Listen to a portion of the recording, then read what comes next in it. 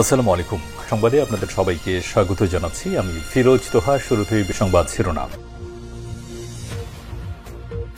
বাংলাদেশের সর্বশেষ গুরুত্বপূর্ণ আপডেট সংবাদে আপনাকে স্বাগত। শুরুতেই সংবাদ শিরোনাম, পরে বিস্তারিত।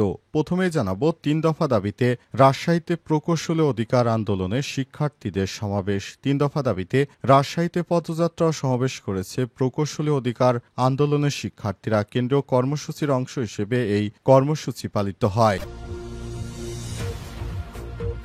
এরপর জানাবো ফরিদপুরে গণ অধিকার পরিষদের আলোচনা সভায় ২ গ্রুপের মারামারি। ফরিদপুরের সালতায় গণ অধিকার পরিষদের আলোচনা সভা চলাকালে ২ পক্ষের মধ্যে হাতাহাতি এবং মারামারির ঘটনা ঘটেছে। বিকেলে সালতা বাইপাস সড়কের পাশে অবস্থিত গণ অধিকার পরিষদের কার্যালয়ে ঘটনা ঘটে। পরে উপস্থিত নেতারা পরিস্থিতি শান্ত করেন।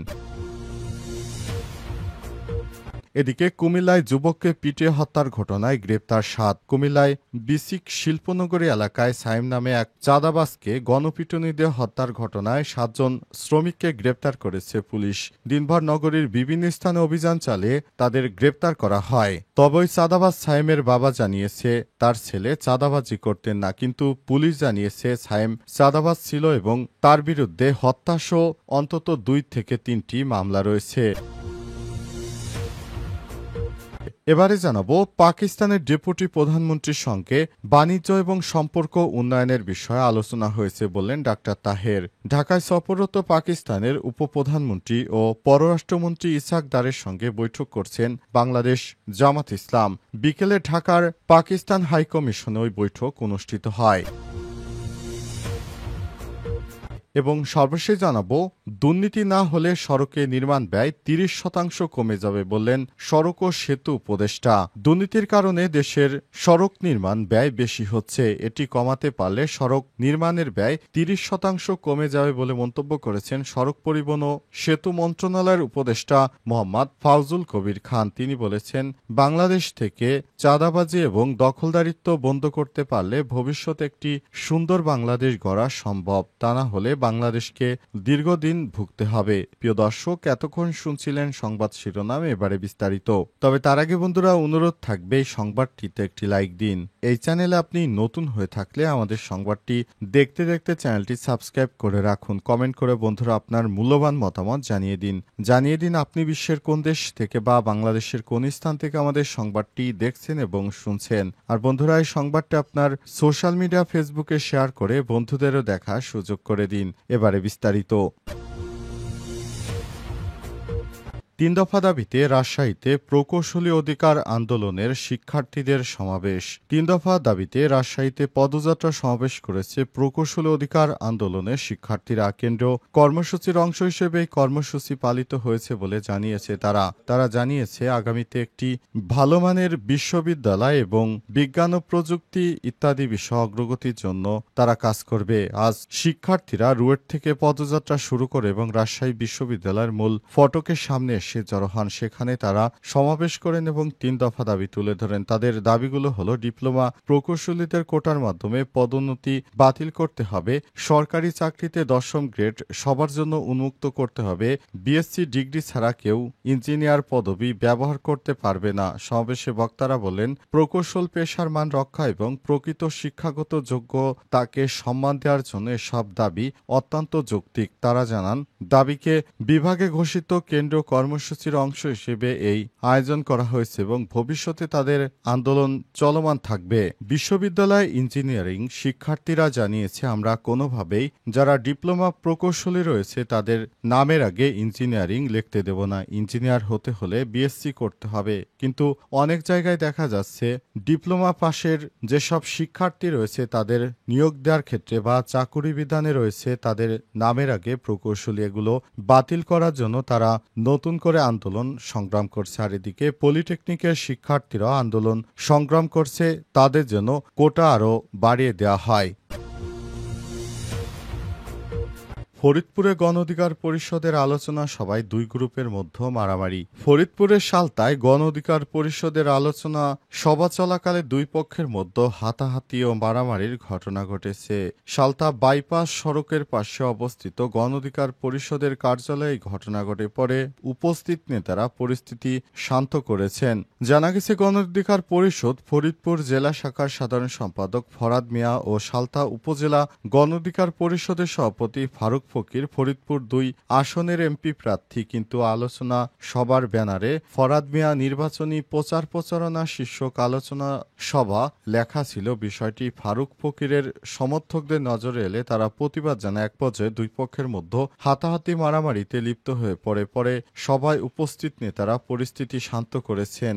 সভায় প্রধান অতিথি হিসেবে উপস্থিত ছিলেন গণ অধিকার পরিষদের কেন্দ্রীয় যুগ্ম সাধারণ সম্পাদক ও উচ্চতর পরিষদের সদস্য মাহফুজুর রহমান খান। অন্যদের মধ্যে উপস্থিত ছিলেন ফরিদপুর জেলা গণ অধিকার পরিষদের সভাপতি ফরাদ হোসেন ও জেলা অর্থ সম্পাদক ফিরোজ শেখ। গণ অধিকার পরিষদ সালতা উপজেলা শাখার সাধারণ সম্পাদক আবুল কাশেম ইমরান জানান, ব্যানারের নাম লেখা নিয়ে ফরিদপুর ২ আসনের গণ অধিকার পরিষদের নেতাকর্মীদের মধ্যে এই হাতাহাতি ও মারামারি হয়েছে। পরে কেন্দ্রীয় নেতা মাহফুজুর রহমান খানের মধ্যস্থতায় পরিবেশ শান্ত করা হয়েছে। আলোচনা করা হচ্ছে আগামীতে যেন একটি সুষ্ঠু ও সুন্দরভাবে গণ অধিকার পরিষদের পক্ষ থেকে একটি ভালো নেতৃত্ব গঠন করা যায়, এজন্য তারা সর্বাত্মক প্রচেষ্টা চালিয়ে যাচ্ছে।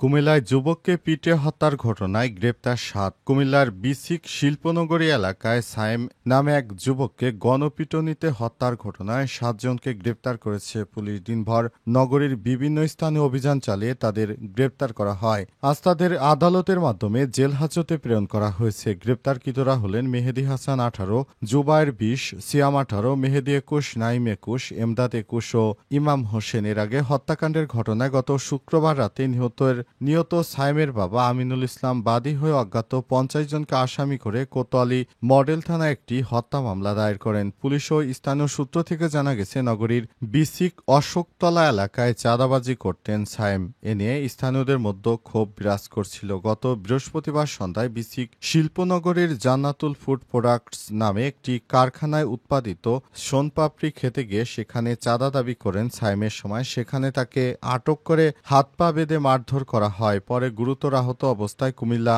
মেডিকেল কলেজ হাসপাতালে নিয়ে গেলে কর্তব্যরত চিকিৎসক তাকে মৃত ঘোষণা করে। নিহত সাইম আদর্শ সদর উপজেলা দিদার মার্কেট এলাকায় ভাড়াটিয়া অটোরিকশা আমিনুল ইসলামের ছেলে। তাদের গ্রামের বাড়ি রংপুরের কাউনিয়া উপজেলার সনাতন গ্রামে। স্থানীয়দের অভিযোগ, সাইম ও তার সহযোগীরা বিসিক এলাকায় বিভিন্ন কারখানা থেকে চাঁদা আদায় করতে, এছাড়াও তারা চুরি ও ছিনতাইয়ের সঙ্গে জড়িত। নিহত সাইমের বাবা আমিনুল ইসলাম জানান, আমি খুনিদের বিচার চাই। আমার ছেলেকে তারা পরিকল্পিতভাবে খুন করেছে। ঘটনার সময় সে কোনো চাঁদাবাজি করতে যায়নি বলে দাবি করেন তিনি। এ বিষয়ে কুমিল্লা কোতোয়ালি মডেল থানার ওসি মোহাম্মদ মাইনুল ইসলাম জানান, নিহত সাইমের বাবা আমিনুল ইসলাম বাদী হয়ে মামলা দায়েরের পর এই ঘটনায় ৭ জনকে গ্রেপ্তার করা হয়েছে। এদের সবাই গণপিটুনিতে জড়িত রয়েছে। অপর আসামিদেরও গ্রেপ্তারে অভিযান অব্যাহত রয়েছে। বিষয়ে কুমিল্লার অতিরিক্ত পুলিশ সুপার সদর সার্কেল সাইফুল ইসলাম জানান, নিহত সাইম এলাকায় চাঁদাবাজি ছিনতাই করত। তার বিরুদ্ধে একটি হত্যাসহ ৩টি মামলা রয়েছে।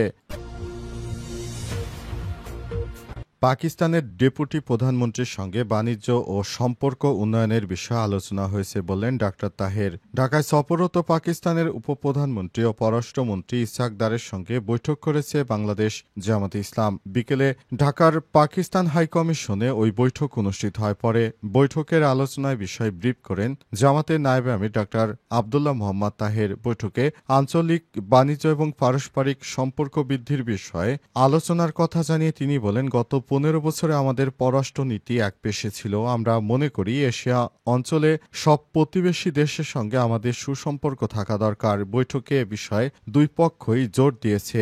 জামাতের এই নায়েবে আমির বলেন, বাংলাদেশ সরকারের সঙ্গে আগামীকাল রোববার তাদের পাকিস্তানের দ্বিপক্ষীয় আলোচনা হবে। আমরা বলছি যেসব অমীমাংসিত ইস্যু রয়েছে সেগুলো সুন্দর পরিবেশে দ্রুত শেষ করা দরকার। এছাড়াও বৈঠকে মুসলিম দেশগুলোর মধ্যে সুসম্পর্কের মাধ্যমে আজকে বিশ্বে যে সব সমস্যা হয়েছে সেগুলো সমাধান করতে হবে। বিশেষ করে ফিলিস্তিন ইস্যু এসব বিষয় নিয়ে ঐক্যবদ্ধভাবে মানবিক দিক থেকে মুসলিম বিশ্ব যেন কার্যকর পদক্ষেপ নেয় সে বিষয়ে আলোচনা করেছি আমরা। তিনি বলেন, ৭১-এর বিষয় দুটি সরকারের সঙ্গে আলোচনার বিষয়, তবে বৈঠক প্রসঙ্গে জাতীয় নির্বাচনের কথা উঠলেও সে বিষয়ে পাক বিস্তর আলোচনা হয়নি বলেও জানিয়েছে জামাতের নায়েব আমির। তিনি বলেছেন, পাকিস্তান ইস্যুটি তাদের ব্যক্তিগত ব্যাপার, এ ব্যাপারে তারা বর্তমান সরকারের সঙ্গে কথা বলবে, এ বিষয়ে আমরা আসলে কিছুই বলতে পারছি না। এ সময় তিনি বলেছেন, ৭১-এর ইস্যুটি সম্পূর্ণ পাকিস্তানের বিষয়, তবে পাকিস্তানের পক্ষ থেকে জানানো হয়েছে ১৯৭১ সালের